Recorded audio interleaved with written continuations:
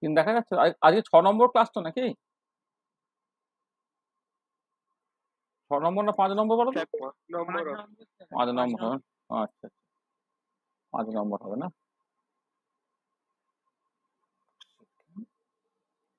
5 নম্বর। তাই,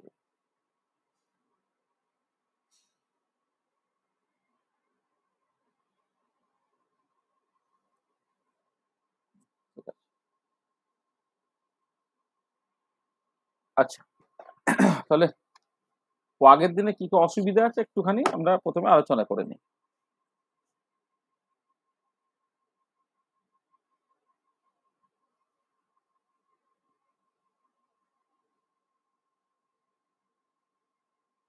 আচ্ছা, ডাউটস গুলো দেখো।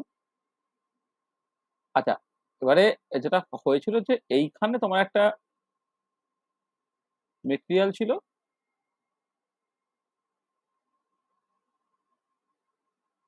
এদিক থেকে একটা ফোটন গেল, ধাক্কা হলো, ফোটনটা এমনি এই দিকে চলে যেতে পারতো। এবারে সে কি হচ্ছে, সে তোমার স্ক্যাটার্ড হচ্ছে, আর একটা ইলেকট্রন হচ্ছে তোমার রিকয়েল হচ্ছে। এটা হচ্ছে রিকয়েল ইলেকট্রন।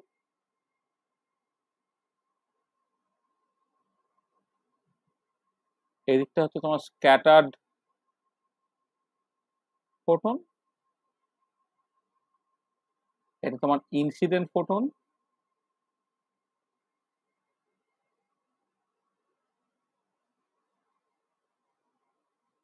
ইনসিডেন্ট ফোটন, তাই তো?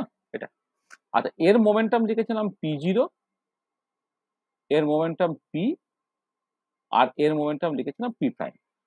আচ্ছা, এবারে তোমার রিলেটিভিস্টিক এনার্জি কনজারভেশন যখন করছো, তার মানে কলিশনের আগে এনার্জি এবং কলিশনের পরে এনার্জি তোমার একই হবে। তাহলে রিলেটিভিস্টিক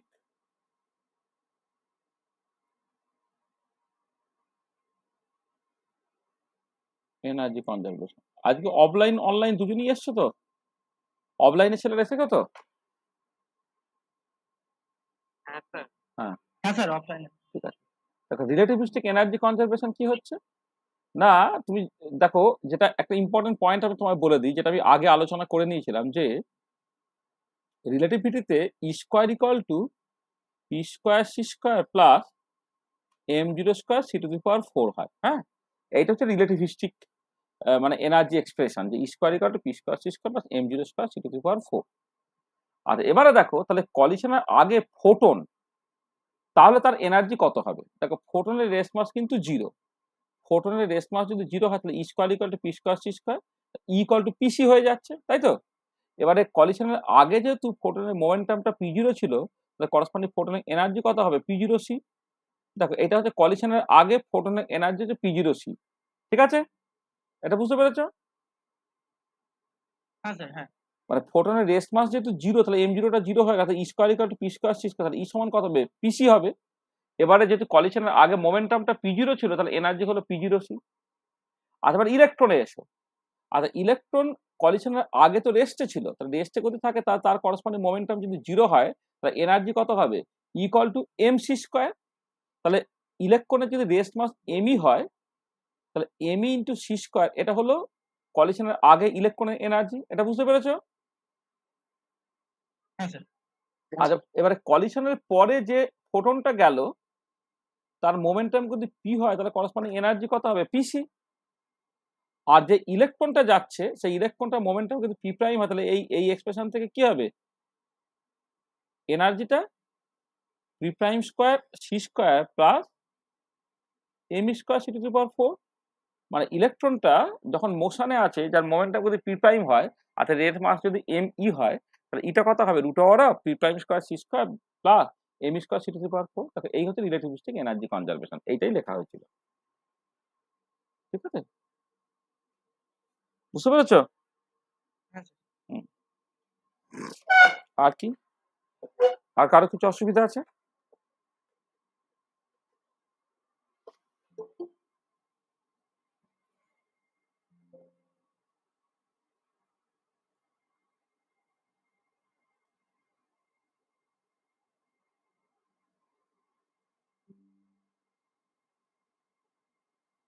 আর কারো কিছু ডাউটস আছে? মানে কে কে মানে বুঝিসনি কিছু সেরকম বল, মানে কোন বাবাই আছিস না। কি, সব সব বুঝতে পারছিস, সব সব বুঝতে পারছিস, হ্যাঁ। কোনো ডাউটস নাই তো, মানে কোয়ান্টামের যা যতগুলো ক্লাস হয়েছে কোনো অসুবিধা নাই তো? না।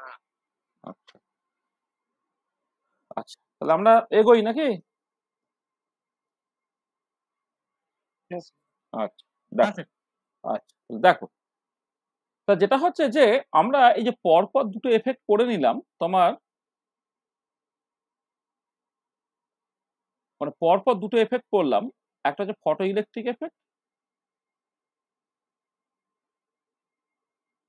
আর একটা হচ্ছে তোমার Compton effect.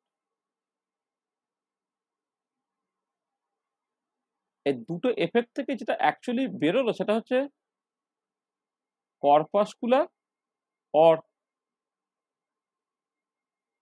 Particle character of light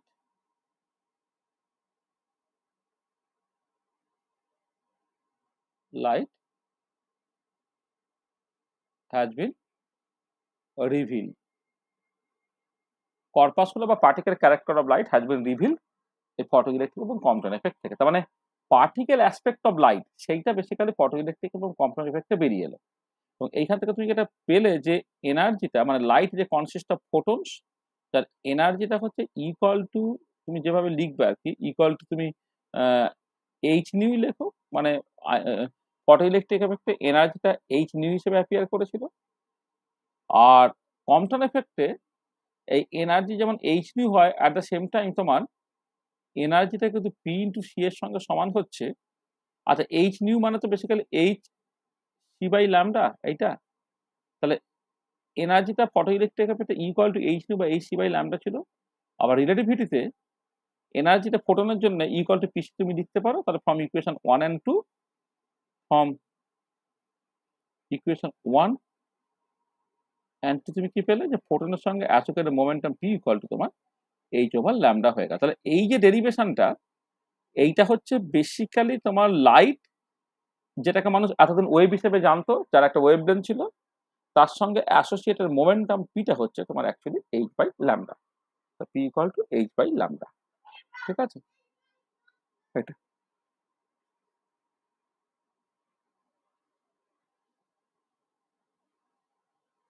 আচ্ছা। তাহলে এই পার্টিকেল ক্যারেক্টার অফ লাইট সেইটা তুমি ফটো ইলেকট্রিক এবং কম্পটন এফেক্টে তুমি দেখতে পেলে। তাহলে আজকে আমাদের যেটা আলোচনাটা হবে সেটা হচ্ছে তোমার ওয়েভ অ্যাসপেক্ট অফ পার্টিকেল। মানে আগে যেটা আলোচনা করেছি দুটো ক্লাস জুড়ে, সেটা basically particle aspect of wave বা পার্টিকেল অ্যাসপেক্ট অফ লাইট। আর এখন আমরা আলোচনা করব basically wave aspect of particle. এই ওয়েভ অ্যাসপেক্ট অফ পার্টিকেল এই কনটেক্সটে আমাদের যেটা করতে হবে সেটা হচ্ছে de Broglie's wave particle duality. Particle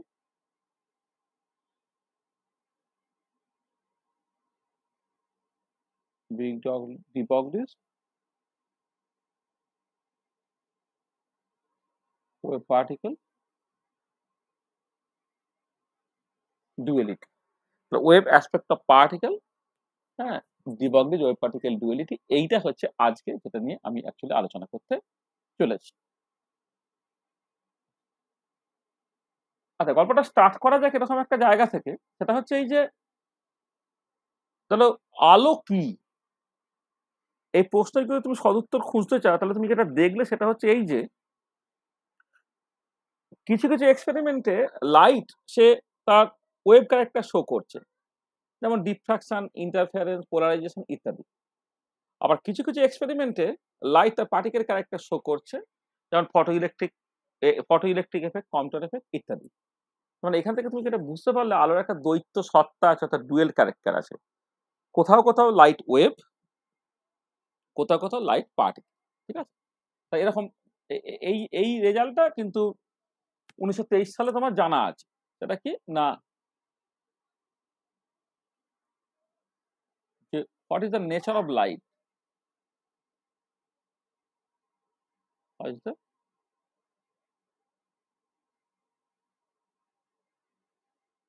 nature of light, what is the nature of light, এই প্রশ্নের যখন তুমি কারণ খুঁজতে চাইবে, what is the nature of light, তাতে তুমি কি কি জিনিস দেখছো দেখো। তাহলে প্রথম যে জিনিসটা দেখছো সেটা হচ্ছে এই যে in some experiment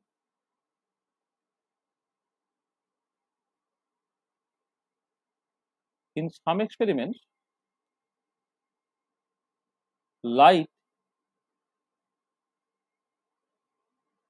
behaves as a wave।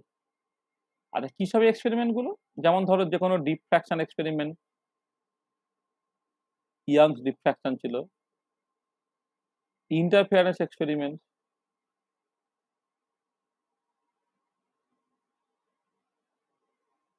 Polarisation phenomenon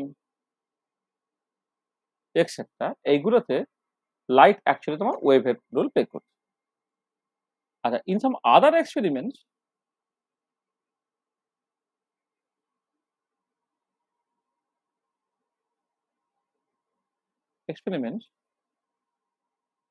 light behaves as a particle। হ্যাঁ, in some experiments light behaves as a particle। আচ্ছা এরকম যে দুটো ফেনোমেনন আমরা পড়েছি সে দুটো একটু বলে দিই। একটা হচ্ছে photo electric effect,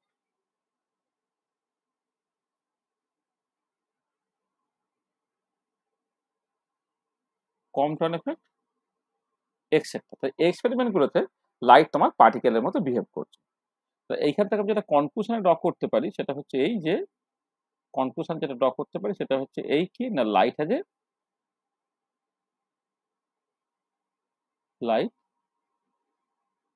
has a dual character. Light হচ্ছে ডুয়েল ক্যারেক্টার।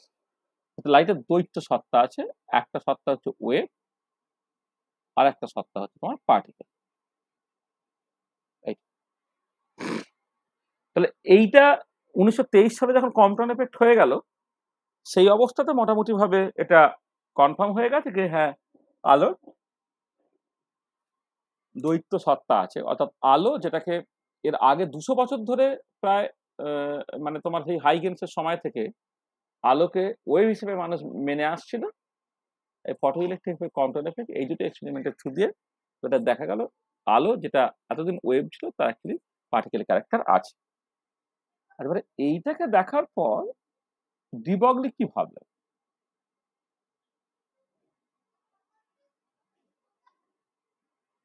ডি ব্রগলি কি ভাবছে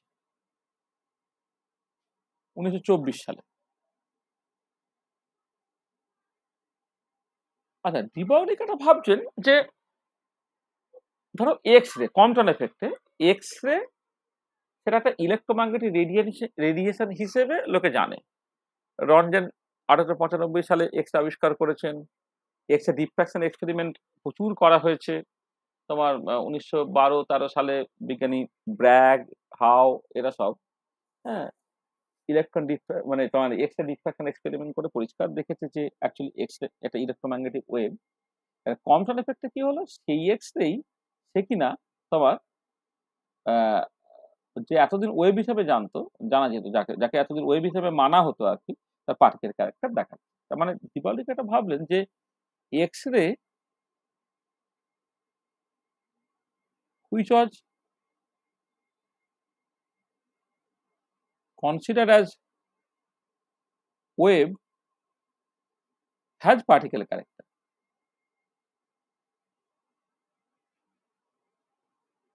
কারেক্ট, এইটা। এবারে কোশ্চেনটা হচ্ছে why not electron which was considered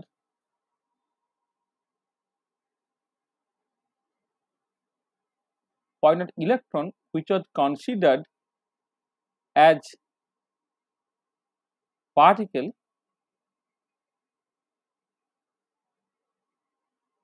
will have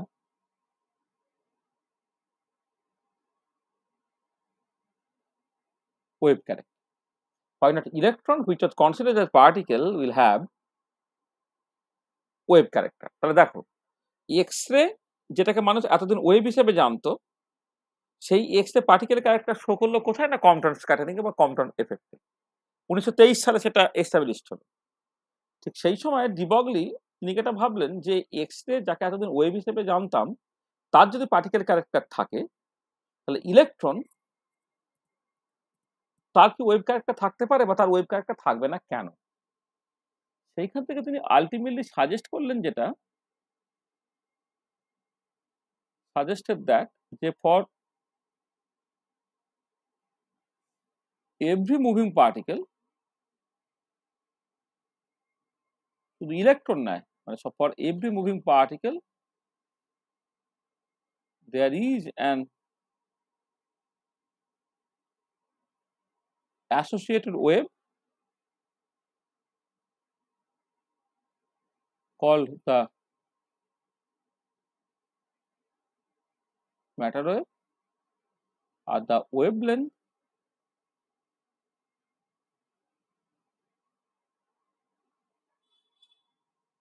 of this matter wave,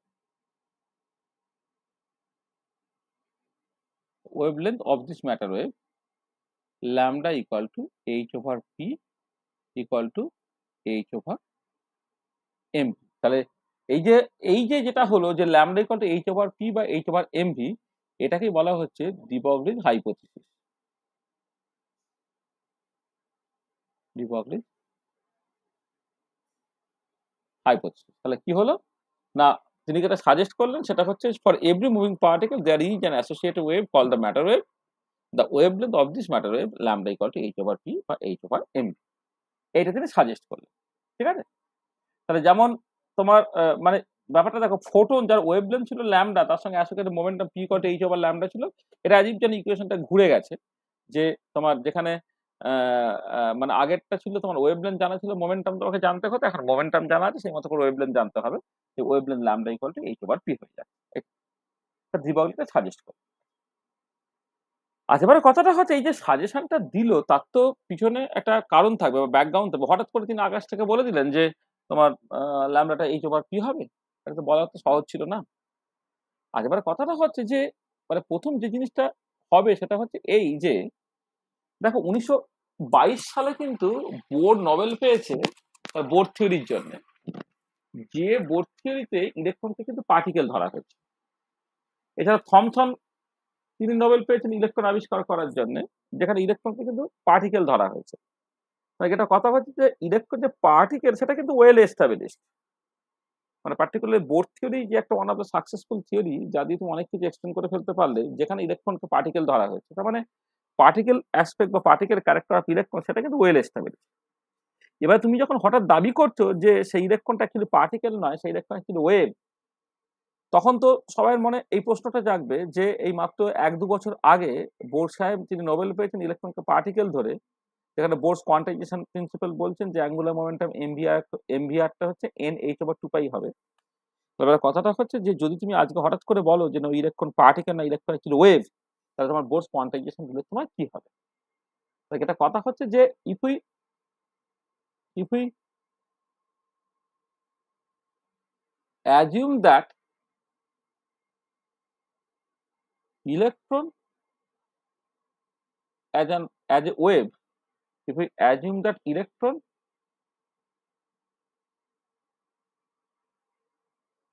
as a wave,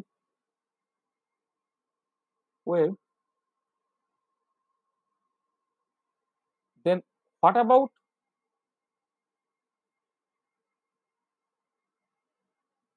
Bohr's quantization principle বা Bohr's quantization rule? তাহলে if we assume that electron as a wave, তাহলে what about Bohr's quantization rule? তাহলে Bohr's quantization rule কি হবে তাহলে? Bohr's quantization rule যেটা mvr equal to nh over 2 পাই, এটা তো one of the successful theory।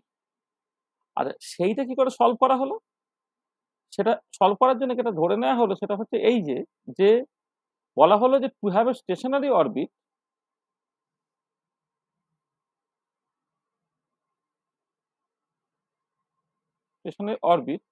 আর বোর্ডের অরবিট গুলো স্টেশনারি অরবিট, ওই অরবিটে থাকলে ইলেকট্রনটা এনার্জি নেয় না, ইলেকট্রন দেয় না, ইলেকট্রন মানে এনার্জি দেয়ও না। To have a stationary orbit there must fit an integral number of waves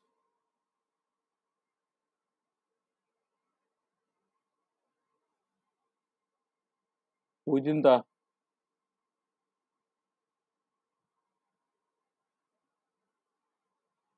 circumference of the orbit. কি বলা হচ্ছে? To have a stationary orbit, there must fit an integral number of waves within the circumference of the orbit. মানে ব্যাপারটা হচ্ছে এরকম যে ধরো যদি তোমার যে অরবিটটা তুমি কনসিডার করো তার রেডিয়াস যদি r হয়, 2πr তোমার n ইন্টু ল্যামডা হবে। এইটা এটা ধর একটা 1 নম্বর ইকুয়েশন উইথ nটা হচ্ছে 1 2 3 ডট ডট ডট ইত্যাদি। মানে ব্যাপারটা কিরকম বলা হচ্ছে যে ধরো তুমি একটা সার্কুলার অরবিট কনসিডার করেছো, আর পাশেও ধরো একটা সার্কুলার অরবিট তুমি ধরো কনসিডার করছো।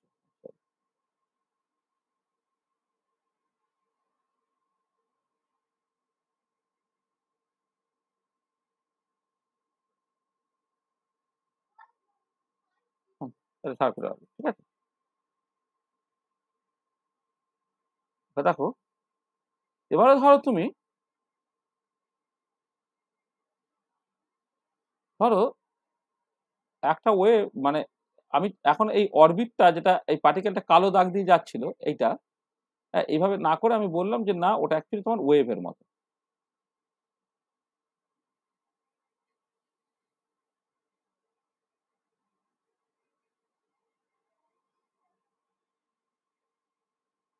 ধরো এরকম একটা ওয়েভের মতো আমার একটুখানি তেড়ে বেঁকে গেছে ইত্যাদি ইত্যাদি এরকম একটা দেখ। আচ্ছা আবার উল্টো দিকে ধরো এরকম বলছি তোমার,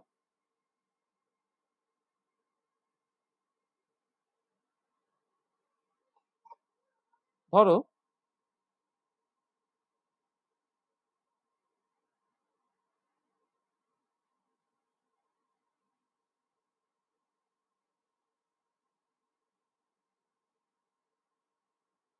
ধরো এরকম ধরো, তাহলে এই পার্টিকুলার কেসে দেখো যে within the circumference of the orbit তোমার integral number of wave fit করেছে, আর এই পার্টিকুলার কেসে দেখো এখানটা খেয়াল করো ইন্টিগ্রাল নাম্বার অফ ওয়েভ কিন্তু ফিট করেনি।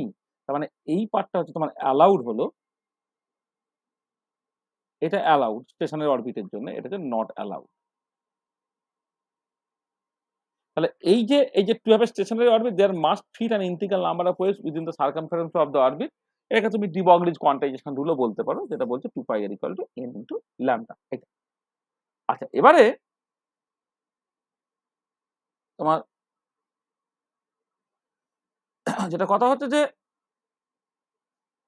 যাই হোক না কেন এই যে বোর কোয়ান্টিফিকেশন রুলটা ওবে করতে হবে, তাহলে it has to obey Bohr's quantization rule. আচ্ছা বোরস কোয়ান্টিফিকেশন রুলটা কি বলছে না, অ্যাঙ্গুলার মোমেন্টটা mvr ইকুয়াল টু তোমার n h/2π, এটা 2 নম্বর equation with n equal to 1 2 3 dot dot dot. এটা তাহলে দেখো তাহলে বোর কোয়ান্টিফিকেশন রুল বলছে অ্যাঙ্গুলার মোমেন্টাম mvrটা n h/2π হবে, আর ডি ব্রগলি কোয়ান্টিফিকেশন রুল বলছে 2π equal to n into lambda. এবারে 1 নম্বর 2 নম্বর ইকুয়েশন থেকে তুমি কি পাচ্ছ? ফর্ম ইকুয়েশন 1 and 2 কি হচ্ছে দেখো, ফর্ম ইকুয়েশন 1 and 2 দেখো কিছুই না, তুমি এখান থেকে তুমি এনটাকে বের করে এখানে তুমি জাস্ট বসিয়ে দাও, বসিয়ে দিয়ে যেটা দাঁড়াচ্ছে সেটা হচ্ছে এই যে ল্যামডাটা হয়ে গেল তোমার h/mv হয়ে গেল, অর ল্যামডাটা তুমি জাস্ট h/p লিখে ফেলো। এটা তার মানে দেখো যে তুমি ইলেকট্রনটাকে ওয়েভ ধরবে, কিন্তু বোরস কোয়ান্টাইজেশন প্রিন্সিপালটা স্যাটিসফাইড হবে তখনই যখন সেই ইলেকট্রনের সঙ্গে অ্যাসোসিয়েটেড যে ওয়েভ তার ওয়েভ লেন্থের ল্যামডা তোমার h/p হবে। তার মানে এটা মানে যেটা কথা হচ্ছে যে যে ইফ ল্যাম if wave length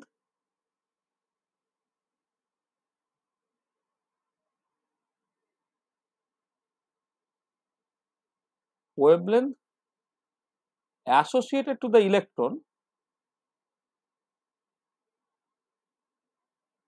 electron, lambda equal to h over p equal to h over mv, then only Bohr's quantization rule will be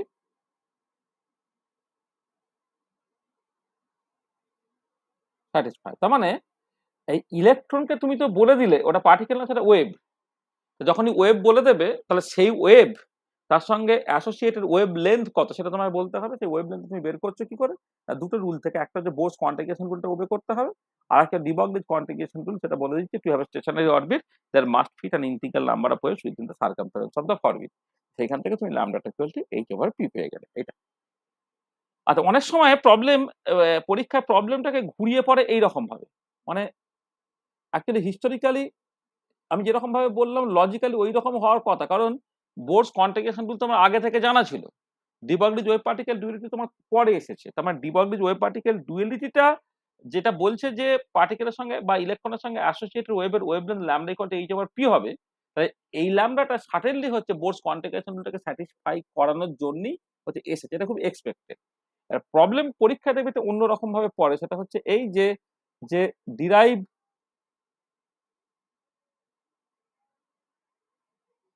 Bohr's quantization rule from de Broglie wave particle duality.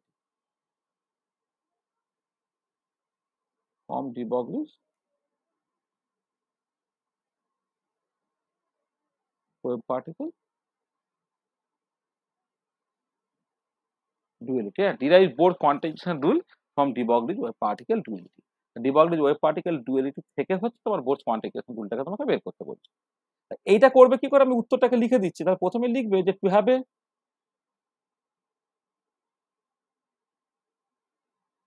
stationary orbit there must fit an integral number of waves within the circumference of the orbit. এটা প্রথমে মেনে নেবে। To have a stationary orbit there must fit an integral number of waves within the circumference of the orbit. অর্থাৎ 2 pi আরটা হচ্ছে তোমার n into lambda হলো with n equal to 1 2 3 dot dot dot. এটা তোমার এক নম্বর ইকুয়েশন। আচ্ছা, তারপরে লিখবে যে from de Broglie's wave particle duality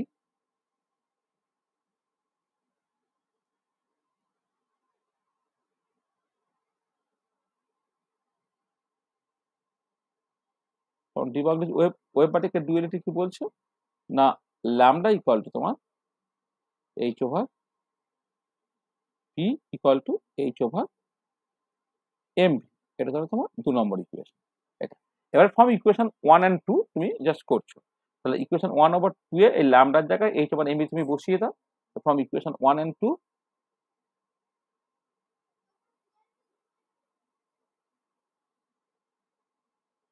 equation 1 and 2 2 pi r equal to n into ল্যামডার জায়গায় এইচ ওভার এম ভি তুমি বসিয়ে তাহলে এম ভিটা দিকে পাঠিয়ে দাও। M V R equal to হয়ে গেল দেখো তোমার n into H over twice pi. এটা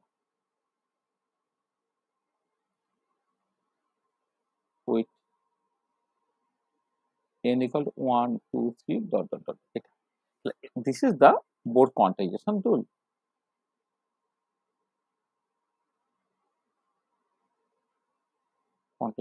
মানে পরীক্ষায় এইরকম করে প্রবলেমটা পড়ে। কিন্তু আমি যেটা মানে কনসেপচুয়ালি যখন আমি বললাম যে যখন ইলেকট্রনের সঙ্গে অ্যাসোসিয়েটেড ওয়েভ আছে তার ওয়েভলেন্থ কত, সেইটা মানে ওয়েভলেন্থটা সেটাই হতে হবে যাতে করে তোমার বোর থিওরিটা স্যাটিসফাইড হয়। আর বোর থিওরি স্যাটিসফাইড হওয়া মানে হচ্ছে M V R equal to N H over 2 pi হবে আর অরবিটগুলো স্টেশনারি হবে। এটা কিন্তু কোশ্চেনটা কিন্তু এইরকম ভাবে পড়ে। তাহলে এই ধরনের যদি প্রবলেম পড়ে বা কোশ্চেন পড়ে তাহলে তার উত্তর কি হবে সেটা আমি বলে দিলাম। আচ্ছা চলো এবার আবার ফিরে আসি। দেখো এবারে কথাটা হচ্ছে যে তুমি বললে তো ইলেকট্রনটা একটা অ্যাকচুয়ালি একটা মানে ইলেকট্রন যেটা পার্টিকুলার দিন ছিল তার নাকি একটা ওয়েভ ক্যারেক্টার আছে, সে ওয়েভের ওয়েভ লেন্থ তো তুমি পেয়ে গেলে। এবারে কোশ্চেনটা হচ্ছে এই ওয়েভটা কেমন ওয়েভ। মানে what is the nature of this wave. মানে নেক্সট যে জিনিসটা একটু বোঝার দরকার সেটা হচ্ছে যে এই যে পার্টিকেলের সঙ্গে অ্যাসোসিয়েটেড ওয়েভটা তার নেচারটা কেমন, what is the nature of the matter wave. এই যে ম্যাটার ওয়েভ বলছি না, পার্টিকেল বা ম্যাটারের সঙ্গে ইলেকট্রন মানে ম্যাটারের সঙ্গে যে অ্যাসোসিয়েটেড ওয়েভ তার নেচারটা কেমন, what is the nature of the matter wave. আচ্ছা, এইটা প্রথমে লোকে ভাবলো যে এটা কি এরকম, is it a plane or ordinary wave. এটাকে একটা প্লেন অর্ডিনারি ওয়েভ, মানে যে অর্ডিনারি ওয়েভটা তুমি জাস্ট এইরকম ভাবে লেখো না, যে একটা একটা সাইন কার্ভের মতো যেমন করে লেখেন, এটা যদি মাঝখান তুমি ধরো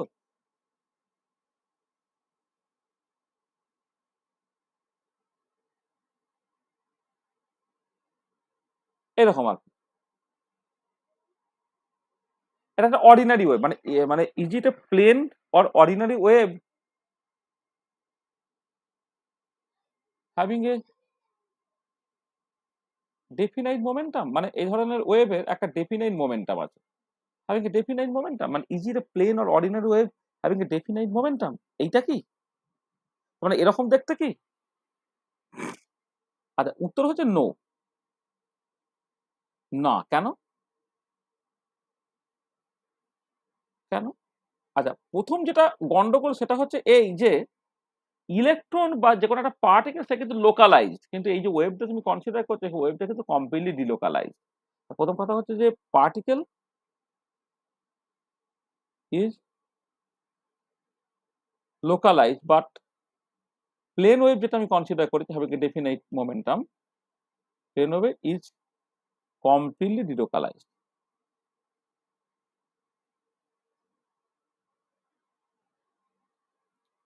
এটা হতে বাধ্য, তাহলে তুমি যদি মোমেন্টামটা ডেফিনাইট করে দাও তাহলে মোমেন্টামের আনসার্টেনিটি জিরো, তার পজিশনের আনসার্টেনিটি কি হতে হবে, ইনফিনিটি হতে হবে, তবেই তো delta delta P greater equal to H by two হতে পারে। তাহলে ডেল্টা যদি ইনফিনিটি হয়ে যায় তার মানে পার্টিকেলটা কমপ্লিটলি ডিলোকালাইজড, মানে প্লাস ইনফিনিটি থেকে মাইনাস ইনফিনিটির মধ্যে যে কোনো জায়গায় থাকতে পারে, এইটা একটা অসুবিধে। আর দু নম্বর যেটা অসুবিধে যে ফর এ প্লেন ওয়েভ, যদি একটা প্লেন ওয়েভ তুমি কনসিডার করো তার ক্ষেত্রে একটাই অ্যাসোসিয়েটেড তোমার ভেলোসিটি থাকে। For a plane wave there is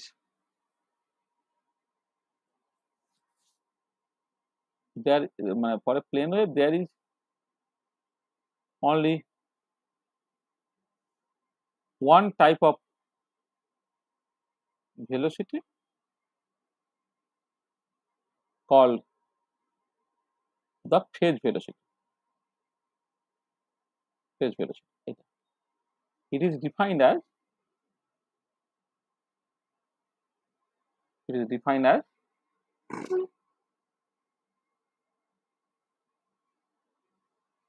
phase ভেলোসিটিটা এইটা, এটা তোমার ই বাই পি হিসেবে লিখতে পারো অথবা ওমেগা বাই কে হিসেবে লিখতে পারো। আসলে তুমি দেখবে ইকুয়াল টু তোমার এইচ কস ওমেগা হয় আর P equal to H cross K হয়, তাহলে ই বাই পি মানে omega by K.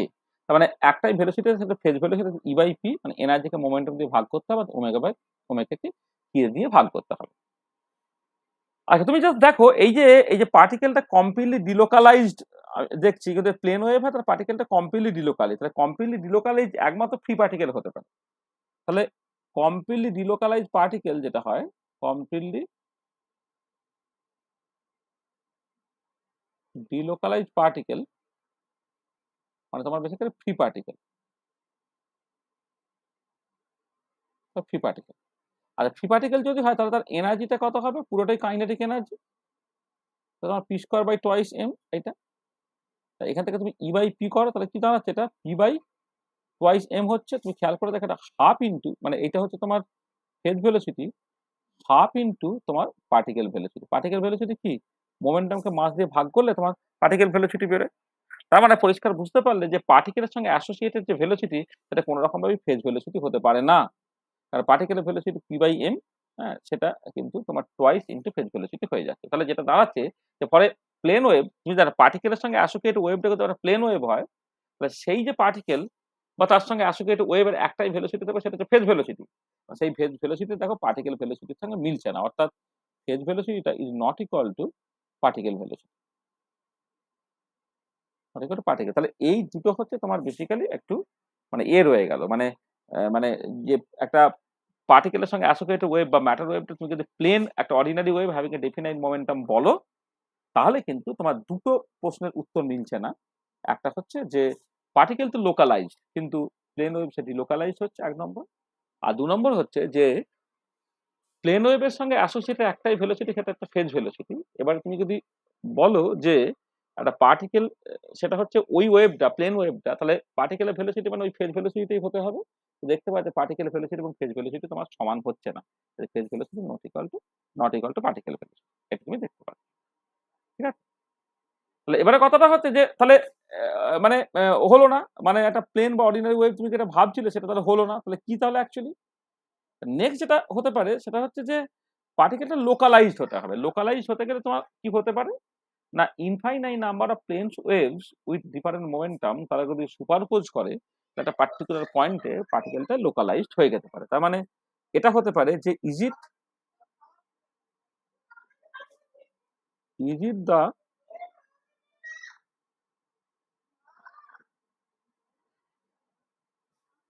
Superposition of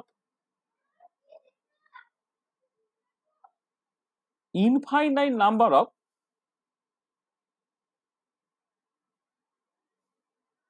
plane waves having different momentum।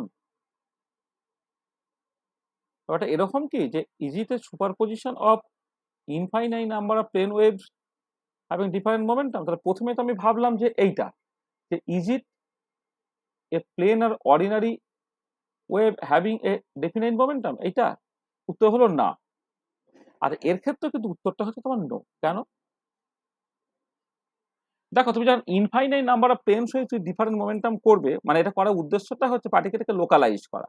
তাহলে পার্টিকেলটা লোকালাইজড হলো এবং যে ওয়েভটা তোমার দেখতে হয়ে গেল সেটা হচ্ছে এরকম যে একটা পার্টিকুলার পয়েন্ট আছে, ধরো হ্যাঁ একটা পার্টিকুলার পয়েন্ট আছে, যে পার্টিকুলার পয়েন্টে তোমার অ্যাকচুয়ালি ওই মানে পার্টিকেলটা থাকছে, হ্যাঁ, আর অন্যত্র কিন্তু সেটা বেসিক্যালি তোমার জিরো হয়ে যাচ্ছে, অর্থাৎ ডেল্টা ফাংশন টাইপের হয়ে যাচ্ছে, এটা একটা ডেল্টা ফাংশনের মতো হয়ে যাচ্ছে। মানে ব্যাপারটা কি বলছো না, infinite number of plane wave with different momentum তুমি যদি নাও, তাহলে না তোমার এই যে বিভিন্ন ওয়েভ গুলো তারা না এগুলো সব ক্যান্সেল আউট হয়ে যায়। বিভিন্ন ওয়েভ গুলো ডিস্ট্রাকটিভ এবং কনস্ট্রাকটিভ ইন্টারফেয়ারেন্স হয়, তো ইন্টারফেয়ারেন্স এখানে ক্যান্সেল আউট হয়ে যায়। দেখা যায় একটা পার্টিকুলার পয়েন্টেই কিন্তু অ্যাকচুয়ালি মানে মানে পার্টিকেলটা এক্সিস্ট করছে, বা একটা পার্টিকুলার পয়েন্টে অ্যাম্পলিটিউড এতটাই বেশি হয়ে যাচ্ছে তার রেসপেক্টে অন্যান্য জায়গায় অ্যাম্পলিটিউড তুমি নেগলেক্ট করতে পারো। এইটা তার মানে এইটা যদি হয়ে যায় মানে মানে এই যে superposition infinite number plane wave with different momentum. আচ্ছা, তাতে যেটা হলো যে তোমার এই পার্টিকুলার কেসে তোমার মানে পজিশনটা কিন্তু লোকালাইজড হলো, পজিশন ইজ নাও লোকালাইজ, পজিশনটা লোকালাইজ হলো এটা, বাট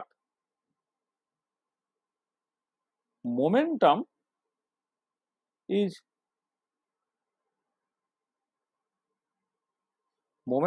কমপ্লিটলি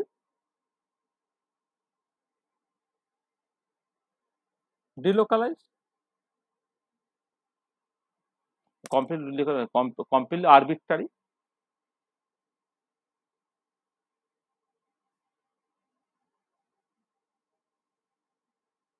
দেখো তুমি কি করছো না, infinite number of plane waves with different momentum তার সুপারপজিশন নিচ্ছে। তাহলে এই যে ওয়েভটা হলো একটা পার্টিকুলার পয়েন্টে অ্যাম্পলিটিউডটা অন্য জায়গা থেকে এত এত বেশি, তাহলে পজিশনটা লোকালাইজড হলো বটে কিন্তু মোমেন্টামের কোনো মাথামুন্ডু রইলো না। তাহলে পজিশনটা লোকালাইজ হলে কিন্তু মোমেন্টামটা তোমার কমপ্লিটলি মানে একদম একদম আরবিট্রারি হয়ে যাচ্ছে আর কি, সেটা অ্যাকচুয়ালি কাঙ্ক্ষিত নয়। হ্যাঁ, তার মানে তুমি বলতে পারো যে যে পার্টিকেলটাকে এই যে infinite number of plane wave with different momentum তুমি বলবে, এটাও অ্যাকচুয়ালি তোমার ঠিক না। ঠিক আছে, এটাও কিন্তু তোমার অ্যাকচুয়ালি ঠিক না। হ্যাঁ, তাহলে মোমেন্টামের কোনো মাথা মুন্ডু থাকছে না এটা। ঠিক আছে, তাহলে তাহলে তাহলে আমি যখন ভাবলাম যেটা তোমার ওই infinite number of planes with different momentum তার সুপারপজিশন এইরকম ভাবে নেবো কিনা, তাহলে লোকালাইজড হয়ে গেল বটে কিন্তু মোমেন্টামটার কোনো মাথা মুন্ডু কিছু রইল না। এটা তাহলে আর কি হতে পারে? তাহলে উপায়টা কি?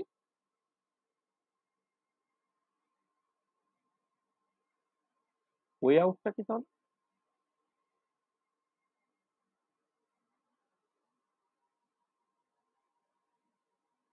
ওয়ে আউটটা কি?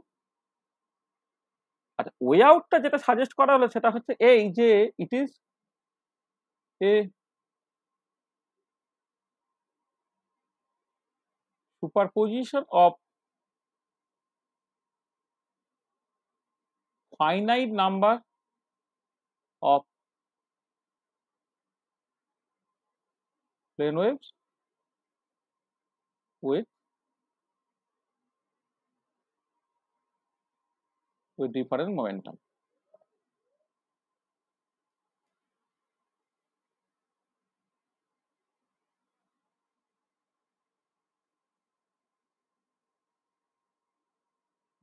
মানে it is a superposition of finite number of plane waves with different momentum. ঠিক আছে? আচ্ছা, ব্যাপারটা কিরকম? Finite number of plane wave with different momentum যদি তুমি নাও, তাহলে কি হয় না ওয়েভটা দেখতে হয় তোমার এরকম। ধরো আমি মাঝখানে যদি একটা মিন পজিশন তোমার এঁকে দিই, তাহলে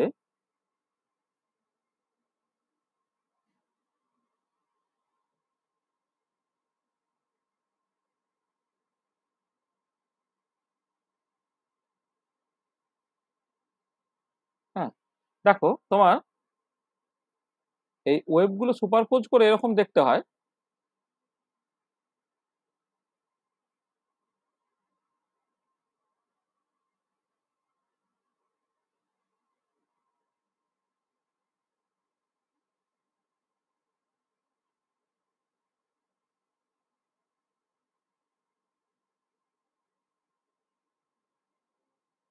এটা আর এইটাকে বলা হবে ওয়েভ প্যাকেট।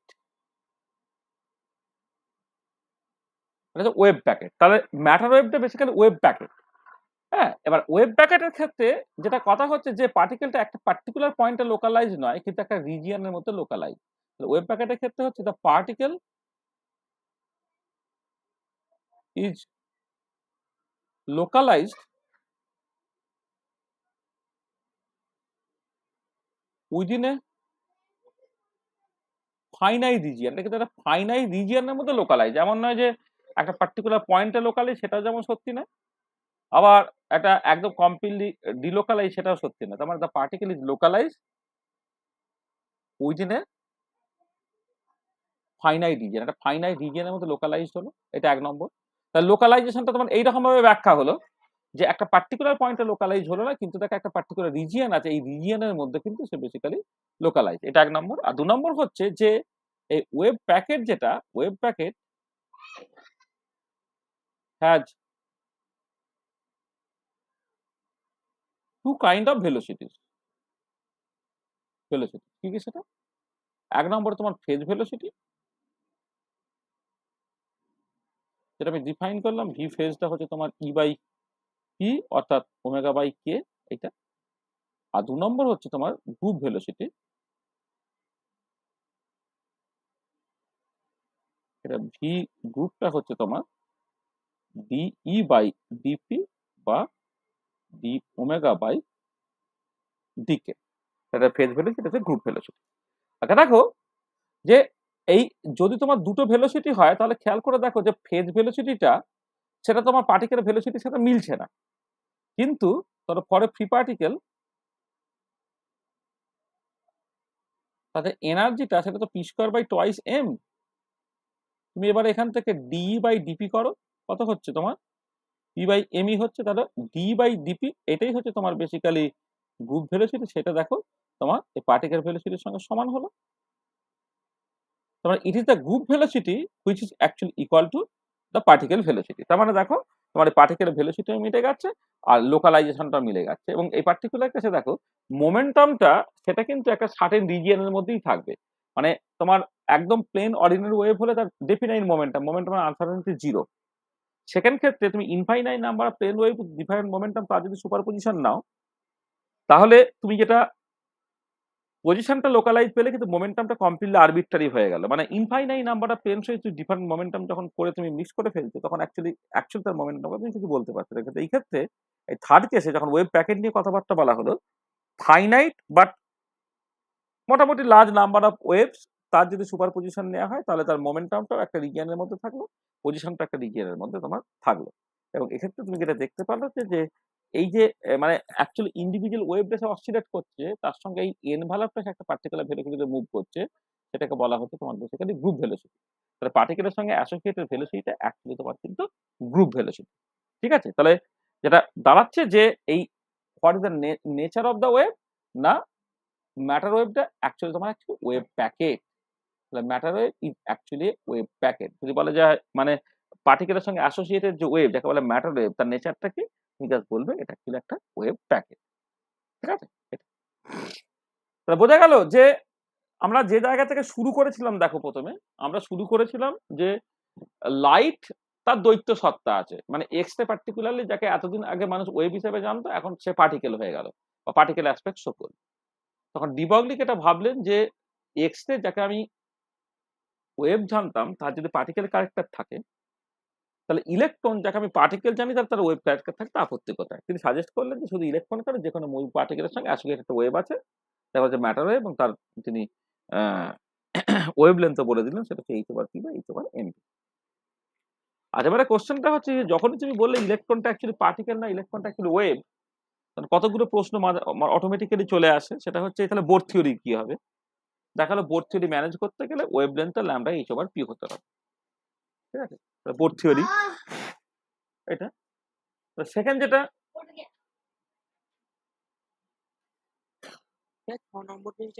হ্যাঁ দেখছি, সেকেন্ড যেটা কথা সেটা হচ্ছে যে তাহলে এই যে তুমি বলছো পার্টিকেলের সঙ্গে অ্যাসোসিয়েটেড ওয়েভ আছে, ওয়েভের নেচারটা কেমন, সে ওয়েভটা এটা কি তোমার একটা প্লেন অর্ডিনারি ওয়েভ? উত্তর হলো না। তাহলে কি infinite number of plane wave with infinite number of plane wave তার সুপারপজিশন দিয়ে তুমি ডেল্টা ফাংশন টাইপের করে নিলে সেরকম, যেখানে একটা পার্টিকুলার পয়েন্টে পার্টিকেলটা লোকালাইজ, অন্যত্র পার্টিকেলটা কিছুই নেই, এইটা? তাতেও দেখলে যে না সেটা নয়। তাহলে অ্যাকচুয়ালি কোনটা সত্যি হলো না, সত্যি হলো হচ্ছে ওটা actually finite number of plane wave তার সুপারপজিশন অর্থাৎ ওয়েভ প্যাকেট, যেক্ষেত্রে পার্টিকেল ভেলোসিটিটা অ্যাকচুয়ালি তোমার রিপ্রেজেন্টেড হচ্ছে গ্রুপ ভেলোসিটি। 6 নম্বর পেজ দেখো। হ্যাঁ স্যার ঠিক আছে। দেখো তাহলে যা বলেছে এখন পর্যন্ত ব্যাপারটা পরিষ্কার।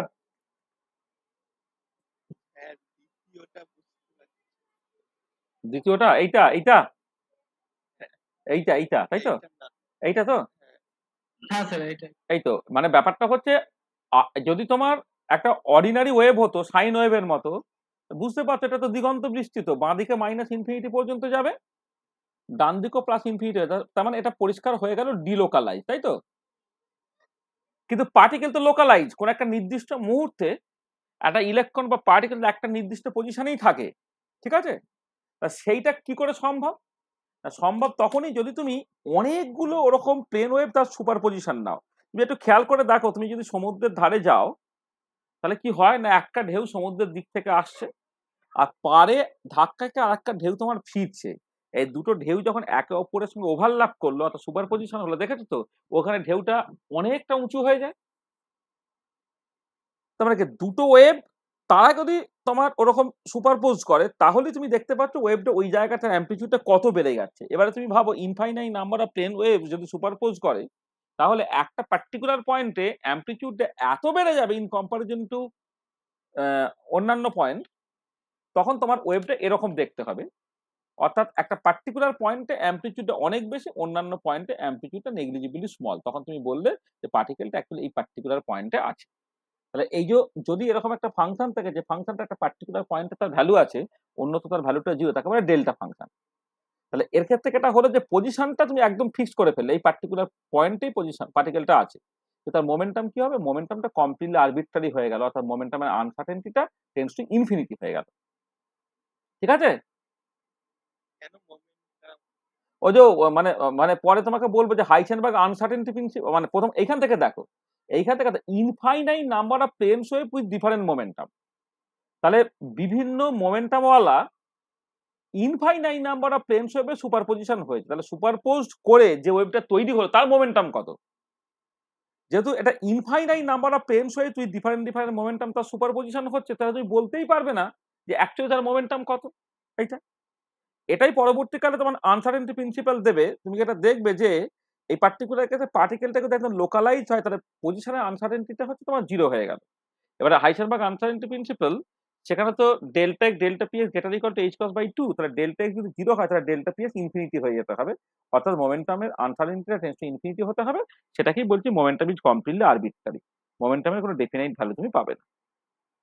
ঠিক আছে? কি রে, ঠিক আছে?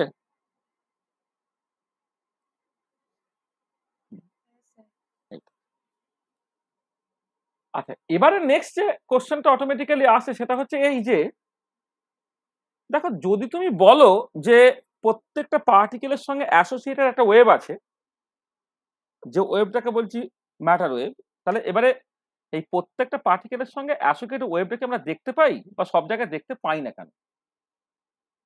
তাহলে নেক্সট যে জিনিসটা আসছে যে হোয়াই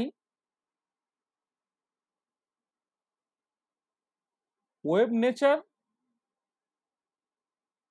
অফ পার্টিকেল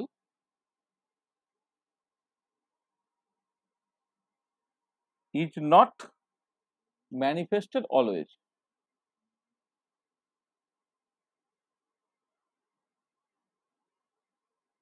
এইটা তাহলে, তাহলে তুমি বলছো তো মানে ডিবার্গলিজ ওয়েভ পার্টিকেল ডুয়ালিটি কি বলছো, কি বলছে না প্রত্যেকটা মুভি পার্টিকেলের সঙ্গে একটা অ্যাসোসিয়েটেড ওয়েভ আছে। আর তাহলে এই ওয়েভটা আমি সব জায়গায় দেখতে পাচ্ছি না কেন, বা তার সব জায়গায় প্রকাশটা হচ্ছে না কেন? আচ্ছা, মানে স্পেসিফিক এক্সাম্পল বলি, ধর একটা এক্সাম্পল বলছি, এক্সাম্পল ওয়ান একটা বলছি, ধরো মানে তোমার একটা ক্রিকেট খেলার এক্সাম্পল দিয়ে আমি বলি যে ধরো কোন একজন বোলার কোন একজন ব্যাটসম্যানকে তোমার বল করছে। তাহলে এবারে একটা তুমি ধরো শোয়েব আখতার সচিন তেন্ডুলকারকে বল করছে, তাহলে ক্রিকেট বল তার মাসটা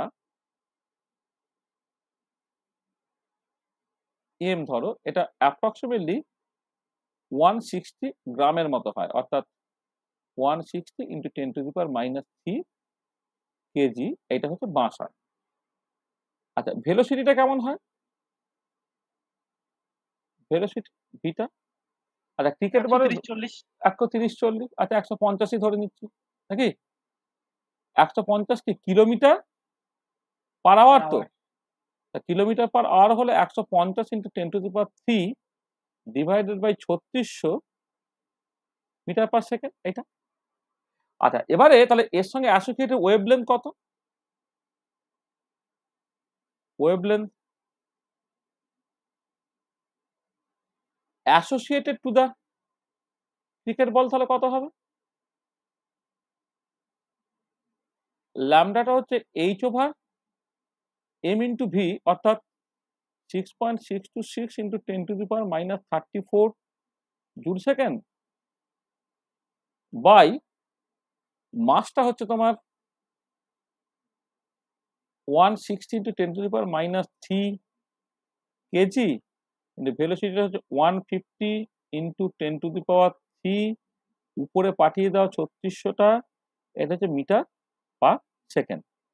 এইটা তাহলে এটা কেমন হবে? আমি ধরো তোমার যদি সংখ্যাগুলোকে করে দিই 6.626 ইন্টু 36, নিচে ধরো 16, 15, এটা যদি করে দিই তাহলে খেয়াল করো, এই দেখো এইখানে শূন্য, এখানে শূন্য, এই শূন্য, এই শূন্য কেটে দাও, এটা উপরে চলে গেলে 10⁻³ এত মিটার হবে।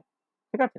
এবার একটা ক্যালকুলেশনটা তুমি করবে, হ্যাঁ 16×32 200, মানে এরকম -17 মিটার এরকম একটা অর্ডারে।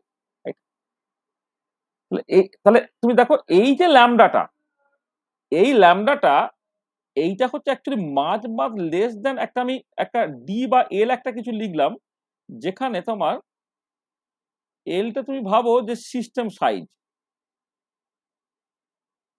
আচ্ছা, সিস্টেম সাইজ মানে হচ্ছে যে ক্রিকেট বলটা তুমি নিচ্ছ তার রেডিয়াস বা ডায়ামিটার তুমি ভাবতে পারো, বা এই ক্রিকেট বলটা যেখানে কি ধাক্কা দিচ্ছে ব্যাটে বা প্যাডে বা উইকেটে, হ্যাঁ সেটা তুমি ভাবতে পারো। মানে যেটা কথা হচ্ছে যে যে পার্টিকেলের সঙ্গে অ্যাসোসিয়েটেড ওয়েভের যে ওয়েভলেন্থ, আর পার্টিকেলটার মানে তার সাইজ, তাকে সিস্টেম সাইজ বলছি, যদি কম্পেয়ার করো, তোকে একটা ক্রিকেট বল তার ডায়ামিটারটা হচ্ছে কয়েক সেন্টিমিটার এরকম অর্ডারের, আর এইখানে কি হয়ে গেল 10⁻37 মিটার অর্থাৎ 10⁻35 সেন্টিমিটার।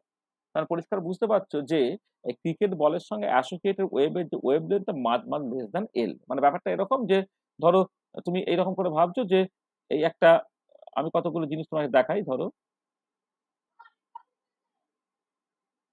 তবে 3টে সিচুয়েশন বলছি। প্রথমটা ধরো ওয়েভ গুলো এরকম আছে, ধরো সিস্টেম সাইজটা কি? এই যে সিস্টেম সাইজ মানে ধরো ক্রিকেট বলটাকে তুমি কনসিডার করো, তাহলে ক্রিকেট বলের ডায়ামিটার, অথবা এই ক্রিকেট বলটা যার সঙ্গে ধাক্কা দিচ্ছে ধরো ব্যাট বা প্যাড, তাদের যে সাইজটা, ঠিক আছে, সেটাকে আমি সিস্টেম সাইজ বলছি। ঠিক আছে, এটা। আচ্ছা, এবারে ধরো ধরে নাও এই এই প্রথমটা ক্ষেত্রে ওয়েভ লেন্থ এমন যাতে করে ওয়েভটা তুমি পরিষ্কার দেখতে পাচ্ছ, তাই তো? আচ্ছা, এই যে প্রথমটা দেখো ওয়েভ ক্যারেক্টার তুমি পরিষ্কার দেখতে পাচ্ছ। আচ্ছা, তারপরে ধরো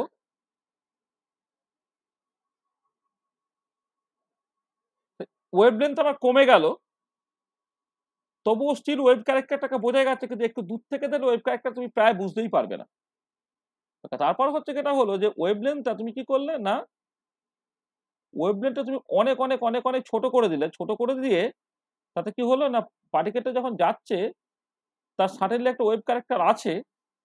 ওয়েভ ক্যারেক্টারটা কেমন না, ওয়েভ ক্যারেক্টারটা এমন যে তোমার এত ওয়েভ লেন্থ এত ছোট হয়ে গেছে যে এইরকম হয়ে গেছে। তাহলে এবারে দেখো এই লাস্টের কেসে তোমার দূর থেকে কি তুমি বুঝতে পারছো আদৌ তার ওয়েভ ক্যারেক্টার আছে কিনা? বোঝাই যাচ্ছে না, মনে হচ্ছে কি একটা নর্মাল পার্টিকেল, একটা ক্রিকেট বল নর্মালি যেমন যায় ঠিক সেই রকম করে যাচ্ছে। তার মানে ওয়েভ লেন্থ যদি তোমার খুব খুব ছোট হয়ে যায় তখন না, তখন ওয়েভ ক্যারেক্টারটা তুমি জাস্ট দেখতেই পাবে না, যেটা এই পার্টিকুলার কেসে হয়েছে। তাহলে নরমালি ক্লাসিক্যাল কোন একটা পার্টিকেল যদি নরমাল তার একটা ভেলোসিটি নিয়ে মুভ করে, তার সঙ্গে অ্যাসোসিয়েটেড ওয়েভের ওয়েভ লেন্থটা এত এত এত এত ছোট হয়ে যায় যে এই পার্টিকুলার কেসে তোমার ওয়েভ নেচারটা ইজ ইনসিগনিফিক্যান্ট। তাহলে in this case wave character is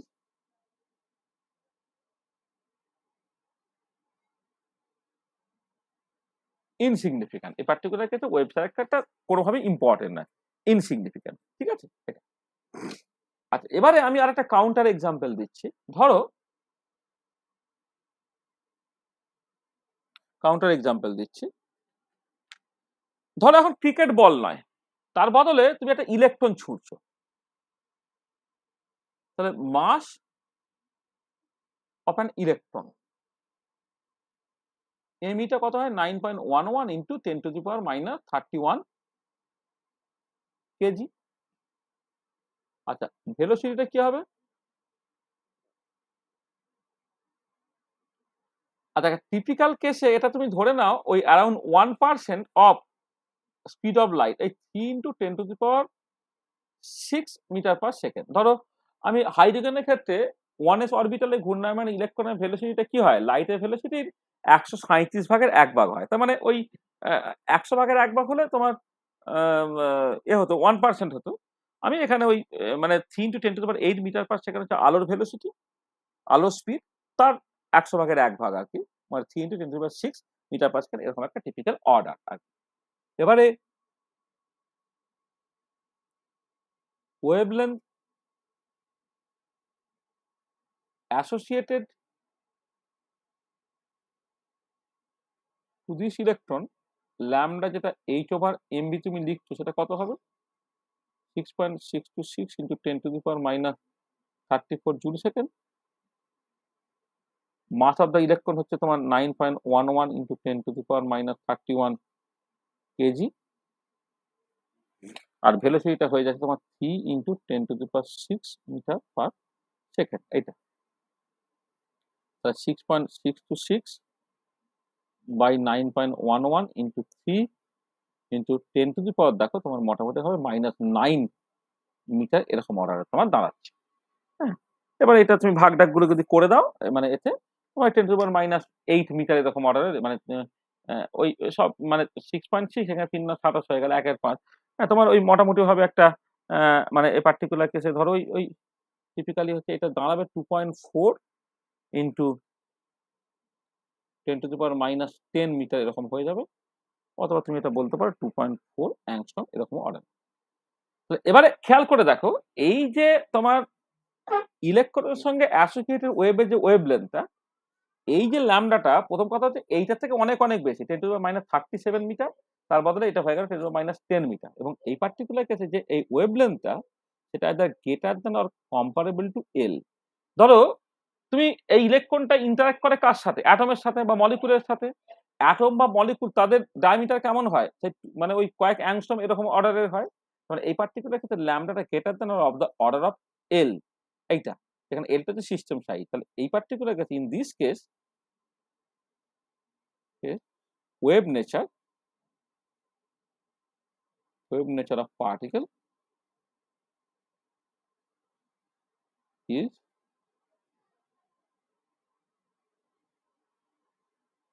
significant.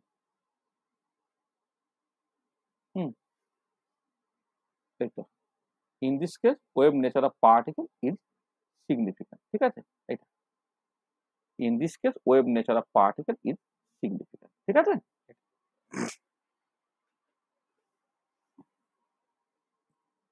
বোঝা গেল?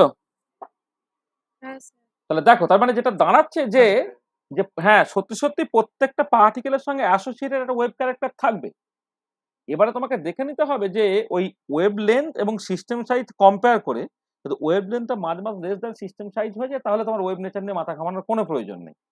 যখন তোমার ওয়েভ লেন্থটা সিস্টেম সাইজের সঙ্গে সমান বা তার থেকে বেশি হয়ে যাবে, তখনই কিন্তু তোমার অ্যাকচুয়ালি ওই ওয়েভ নেচারটা ইম্পর্টেন্ট হবে। ওই জন্য মাইক্রোস্কোপিক পার্টিকেল বা সাবঅ্যাটমিক পার্টিকেল, তার সঙ্গে অ্যাসোসিয়েটেড ওয়েভের ওয়েভ লেন্থটা কিন্তু অ্যাকচুয়ালি ইম্পর্টেন্ট। কিন্তু যখন তুমি জাস্ট একটা ম্যাক্রোস্কোপিক পার্টিকেল কনসিডার করবে, সেই পার্টিকুলার কেসে কিন্তু ওয়েভ ক্যারেক্টার নিয়ে অত বেশি মাথা ঘামানোর দরকার নেই। ঠিক আছে, বোঝা গেল? আচ্ছা, এবারে হচ্ছে যে এই ডিবগডে যেটা দিয়েছিলেন সেটা হচ্ছে হাইপোথিসিস। ডিবগডে হাইপোথিসিস দিলেন, এটা 1924 সালে। এই হাইপোথিসিসটা জাস্ট মাত্র 3 বছর পরই এক্সপেরিমেন্টালি ভেরিফাইড হয়ে গেল ইন 1927 এ। কিসে? না, বিজ্ঞানী ডেভিসন আর জার্মার, আর এদিকে হচ্ছে তোমার স্যার জিপি থমসন, এরা ইন্ডিপেন্ডেন্টলি ইলেকট্রন ডিফ্রাকশন এক্সপেরিমেন্ট করলেন। এরা electron diffraction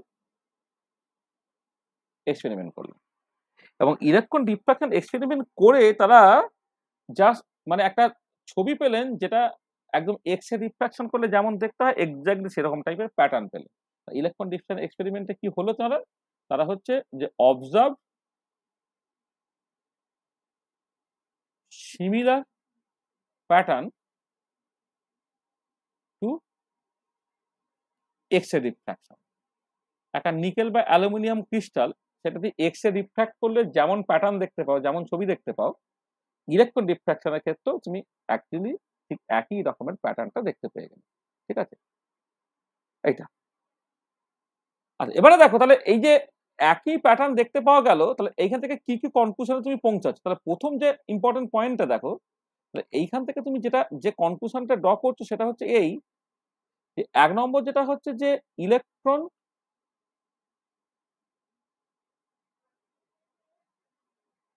must have a wave character.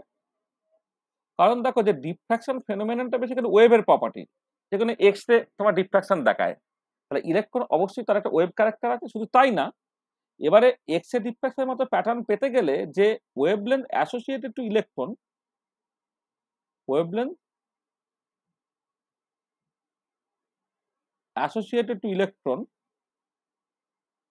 এটা ওয়েভলেন্থ অ্যাসোসিয়েটেড টু ইলেকট্রন, এটা মাস্ট বি মানে মানে মানে must be of the order of wavelength of X রে।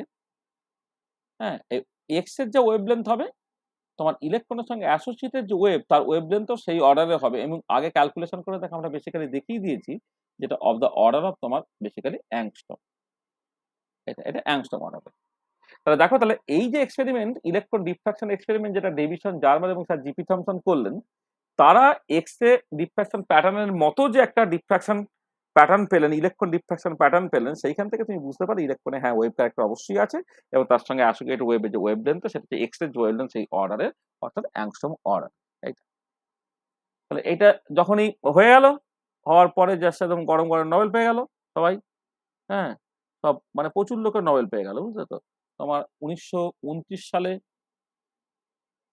তোমার ডিবগলি নোবেল পেয়ে গেলেন, মানে এক্সপেরিমেন্টালি ভেরিফাইড যেহেতু হয়ে গেছে, ডিবগলি হ্যাঁ নোবেল পেলেন, গট নোবেল প্রাইজ। আচ্ছা, এই 1937 সালে এরা তিনজন, Davisson, Germer and GP Thomson, got Nobel prize. আর এখানে ইম্পর্টেন্ট পয়েন্টটা দেখো যে মানে ইলেকট্রন আবিষ্কার করার জন্য 1906 সালে sir J Thomson got Nobel prize for the discovery of a fundamental particle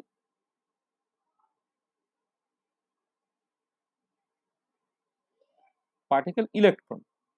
R electron একটা অ্যাটমের যে ফান্ডামেন্টাল পার্টিকেল, সেটা আবিষ্কার করার জন্য 1906 সালে স্যার জে থমসন নোবেল পেলেন। আর 1937 সালে দেখো জাস্ট তার ছেলে স্যার জিপি থমসন নোবেল পেলেন, জাস্ট ইলেকট্রনটা একটা ওয়েভ সেটা দেখানোর জন্য। অর্থাৎ ইলেকট্রনটাকে বেশি বা বেটার নোবেল পেয়ে গেল। যে একজন বললো ইলেকট্রন একটা ফান্ডামেন্টাল পার্টিকেল, সেই জন্য 1906 সালে তোমার স্যার জে থমসন নোবেল পেয়ে গেল। 1937 সালে স্যার জিপি থমসন, তিনি জাস্ট ইলেকট্রন ওয়েভ ক্যারেক্টার আছে সেইটা বলে হচ্ছে তিনি নোবেল পেয়ে গেলেন। ঠিক আছে, তার মানে দেখো যে হাইপোথিসিসটা এখন জাস্ট সিম্পলি হাইপোথিসিস নয়, ওই হাইপোথিসিসটা কিন্তু অ্যাকচুয়ালি ওটা গ্রাউন্ড রিয়ালিটি আর কি। এবং সেটা 1924 সালে একটা হাইপোথিসিস ফর্ম হয়েছিল, 1927 সালে যখন এক্সপেরিমেন্টালি ভেরিফাইড হয়ে গেল, এখন ডিবগলি যার হাইপোথিসিস না, ওটা কিন্তু একদম একটা অবভিয়াস বা সার্টেন ব্যাপার হয়ে গেছে। তাহলে বোঝা গেল জাস্ট ডিবগলি ওয়েভ পার্টিকেল ডুয়ালিটি, এই জিনিসটা পরিষ্কার তো? হ্যাঁ স্যার। কোনো অসুবিধা নেই তো? আচ্ছা, তাহলে দেখো এবারে এই আমি এই যেটা বললাম তার বেসিসে আমি একটা পার্টিকুলার প্রবলেম করি।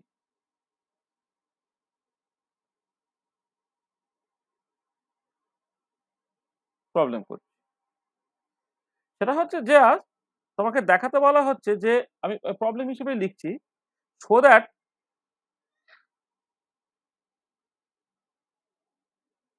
so that a small change in the speed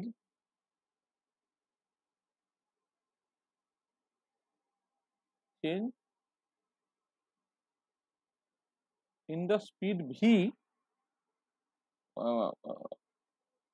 in the speed delta v, so that a small change in the speed delta v causes a change in its de Broglie wavelength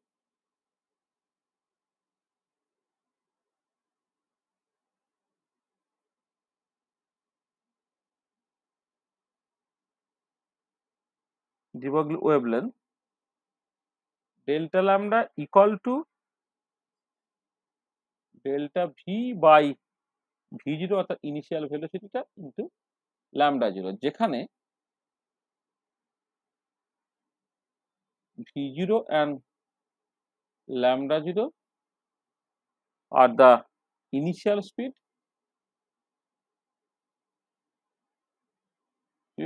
and associated wavelength। এটা তোমার বলে দেওয়া আছে।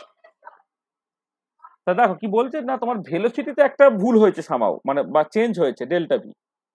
তাহলে তোমার ডিবাগলু ওয়েভলেন্থে কি চেঞ্জটা হবে, মানে ভেলোসিটির সঙ্গে ডিবাগলু ওয়েভলেন্থ তো রিলেটেড ডিবাগলু যে পার্টিকেল ডুয়ালিটি থেকে, তো সেখান থেকে তোমাকে যে ডেল্টা ল্যামডাটা just delta V by V zero into lambda zero কিন্তু সেটাকে তোমাকে দেখাতে বলা হয়। এটা দেখো খুব সহজ ব্যাপার, যেটা সেটা হচ্ছে যে তোমার from de Broglie's wave particle duality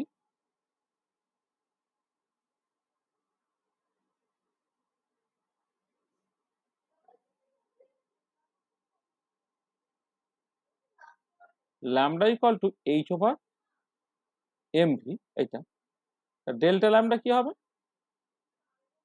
del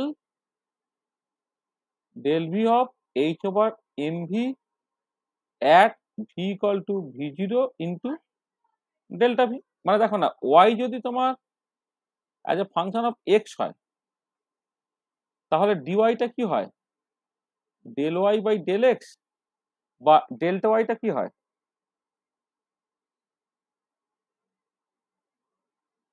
delta ওয়াইটা এরকম ভাবে লিখে না, del Y by del X into delta X. এখানে ডেরিভেটিভটা যখন করবে তখন অবশ্যই এক্স ইকুয়াল টু এক্স জিরোতে করতে হবে। এটা এখানে সেই কাজটাকে করছে যে lambda equal to H over m v, তার ডেল্টা ল্যামডা করতে কত, এইচ ওভার এম ভি তার ডেরিভেটিভ করো আর v equal to v zero into delta v. এটা হয়ে যাচ্ছে দেখো minus h over m v zero তার স্কোয়ার ইন্টু ডেল্টা ভি, তাহলে minus h over m v zero into delta V by V zero. এটা দেখা গেল মাইনাস ল্যামডা জিরো, এটা তার মানে lambda zero into delta V by V zero. তার মানে দেখো, মানে আসলে এখানে ভেলোসিটি বাড়লে ওয়েভলেন্থ কমবে, তো সেখানে ডেল্টা ভি যদি পজিটিভ ধরো ডেল্টা ল্যামডাটা নেগেটিভ হতে পারে, কিন্তু মাইনাস সাইনটা চলে আসছে। এবার ডেল্টা ল্যামডা তুমি লিখতে পারছো কি, যদি মড দিয়ে লেখো তাহলে বেসিক্যালি ওটা delta V by V zero তার মডিউলাস ইন্টু তোমার ল্যামডা জিরো।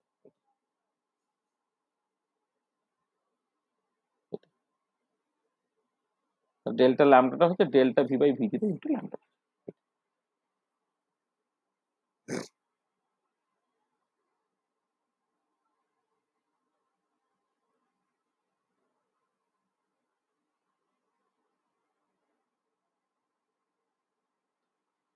ঠিক আছে, তাহলে বুঝতে পারলে যে যদি ভেলোসিটিতে বা স্পিডেতে চেঞ্জটা ডেল্টা ভি হয়, তাহলে ওয়েভলেন্থের চেঞ্জ তুমি কি করে বের করবে। ঠিক আছে তো, বুঝছে? হ্যাঁ স্যার। আচ্ছা আর একটা, হ্যাঁ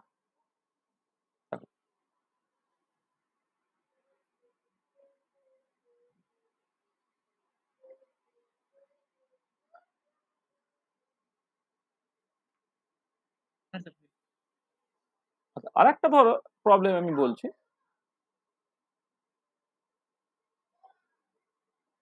বললাম apply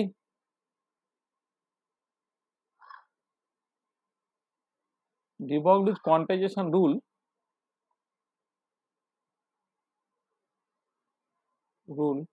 to find the energy expression for a free particle of mass m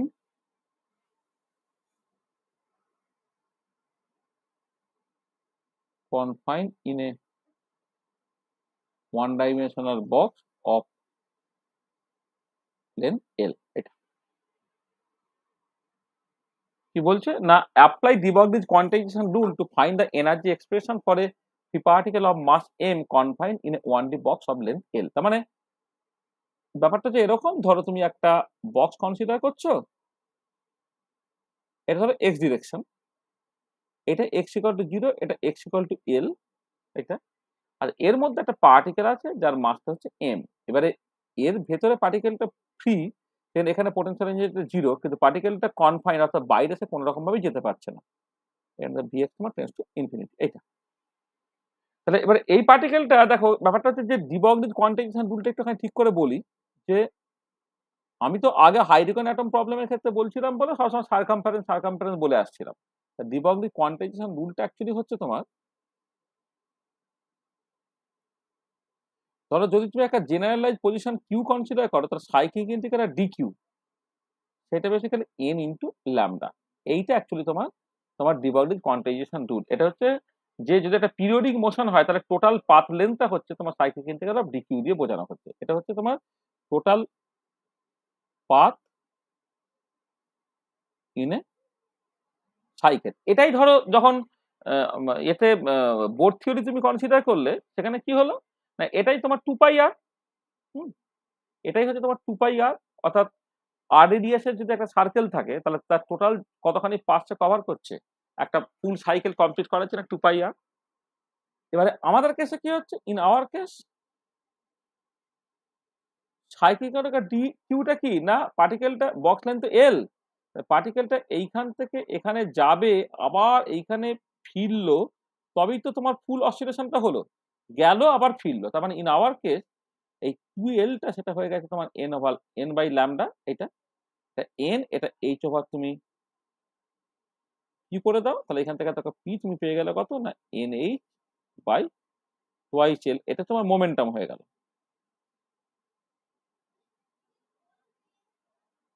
momentum এইটা ল্যামডার জায়গায় h ওভার p বসালে কোথা থেকে না, ফ্রম ডি ব্রগলিস পার্টিকেল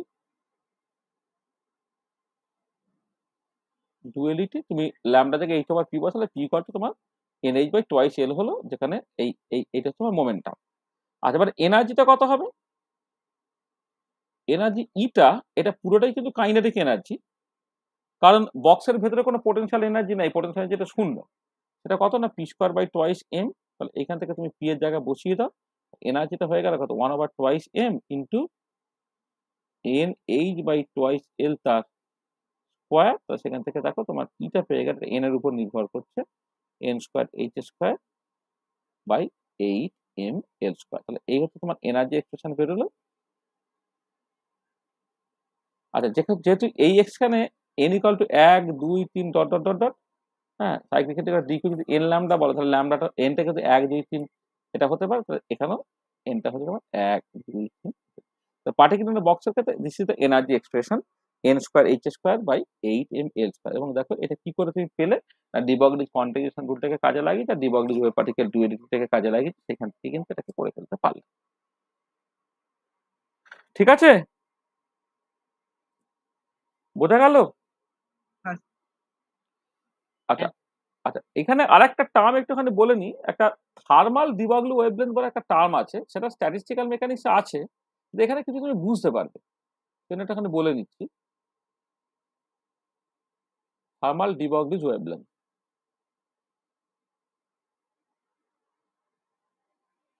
আসলে ধরো তুমি মানে এ যদি কনসিডার করো, মানে একটা কাইনেটিক থিওরি অফ গ্যাস থেকে তোমার অ্যাভারেজ কাইনেটিক এনার্জি যেটা 1D-তেই বলছি, এটা হাফ কেটি হয় এটা, ঠিক আছে, যেখানে কেটা হচ্ছে বোলজম্যান কনস্ট্যান্ট।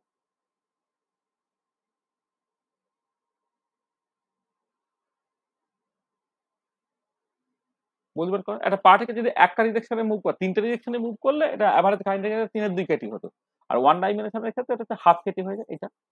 আচ্ছা, এবার এইটাকে, এটা তো P square by twice M, kinetic energy P square by twice M, সেটা হলো তোমার হাফ কেটি এইটা।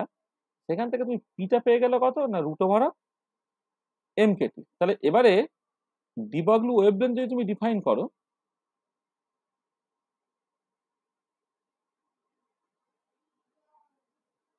De Broglie wavelength lambda equal to h over p or lambda equal to h over root over of m k, এরকম একটা lambda বেরোলো যেটা হচ্ছে h over root over of m kt। এবারে এইটা ইন স্ট্যাটিস্টিক্যাল মেকানিক্স বা statistical thermodynamics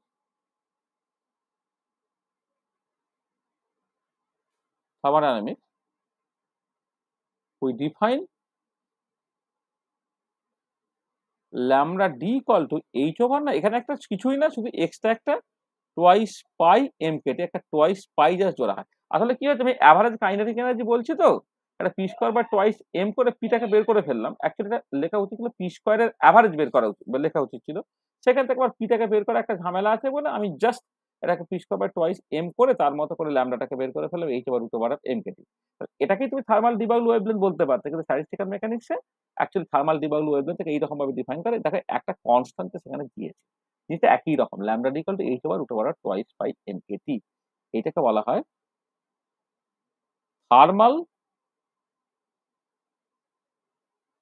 thermal de Broglie wavelength. This is the thermal de Broglie wavelength.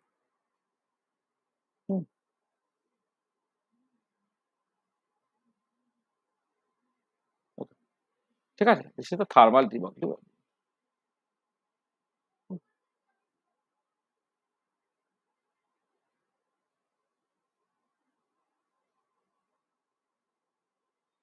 ঠিক আছে, এইটা একটুখানি মানে এমনি তুমি বুঝতে পারবে এই পর্যন্ত h over root over of M k T. Two পাইটা কেন এলো, সেই টু পাইটার জন্য তোমার স্ট্যাটিস্টিক্যাল মেকানিক্স পরে ভাবতে হবে, কিন্তু এটাই ডিবাগলু ওয়েভলেন্থের সঙ্গে রিলেটেড বা অ্যাসোসিয়েটেড বলে আমি এটাকে জাস্ট থার্মাল ডিবাগলু ওয়েভলেন্থ, এটাকে স্ট্যাটিস্টিক্যাল মেকানিক্সে অ্যাকচুয়ালি এটা পড়ার কথা, আমি এইখানে এটাকে জাস্ট পড়ে নিলাম। ঠিক আছে, তা দেখো তাহলে আমরা ওই যেটা ওয়েভ অ্যাসপেক্ট অফ পার্টিকেল, এটা ডিবগলিজ ওয়েভ পার্টিকেল ডুয়েলিটি, সেইটা নিয়ে যে ধরনের কথাবার্তাগুলো বলা যায় সেটা আমরা বললাম, এবং সেটা ওই লজিক্যালি বা সিস্টেমেটিক্যালি পরপর পরপর কেমন করে বলেছি সেটা তুমি একটুখানি মনে মনে চোখ বন্ধ করে জাস্ট একটুখানি ভেবে নাও। ভেবে নিয়ে তুমি আমায় বলো যে কোথাও কোনো অসুবিধা হচ্ছে কিনা। ব্যাপারটা খুব ছবির মতো একদম লজিক্যাল। হ্যাঁ, যদি কোনো সমস্যা হয় তো বলো।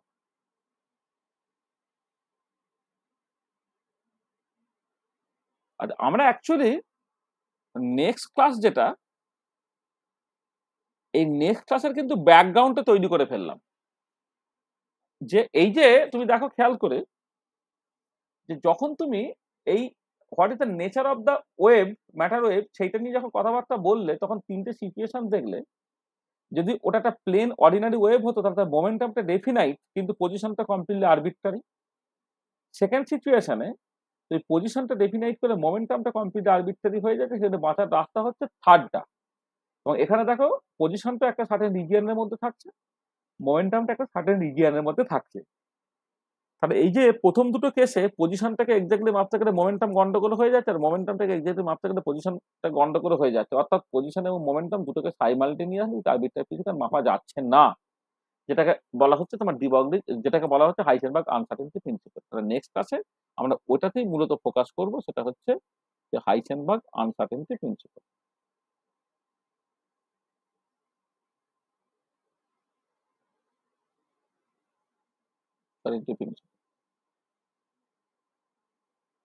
and its consequence.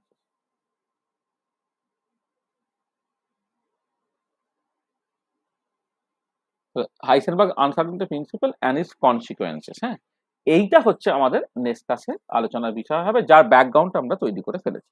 মানে আগে যে চারটে টপিক আমরা পড়লাম, black body radiation, photo electric effect, Compton effect এবং ওয়েভ পার্টিকেল ডুয়েলিটি, এই প্রত্যেকটা একটা একটা একটা করে ক্লাস আমি দিলাম, কিন্তু পরেরটা হাইসেনবার্গ আনসার্টেনটি প্রিন্সিপাল, সেটা দেখবে তুমি একটা ক্লাস আমরা করতে পারছি না, একাধিক ক্লাস লাগবে, দুটো কখনো কখনো তিনটে ক্লাসও দেওয়া যেতে পারে আর কি। হ্যাঁ, সেটা আমরা নেক্সট ক্লাসে আলোচনা করব। দেখো আমরা আজকে এই পর্যন্ত বললাম, কারো যদি কোনো অসুবিধা থাকে বলে নাও।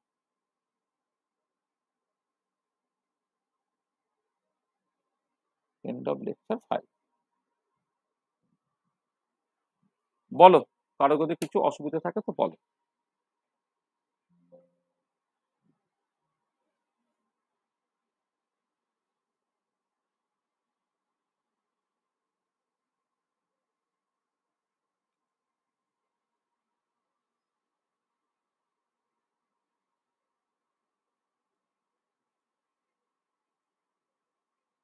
কি ঠিক আছে?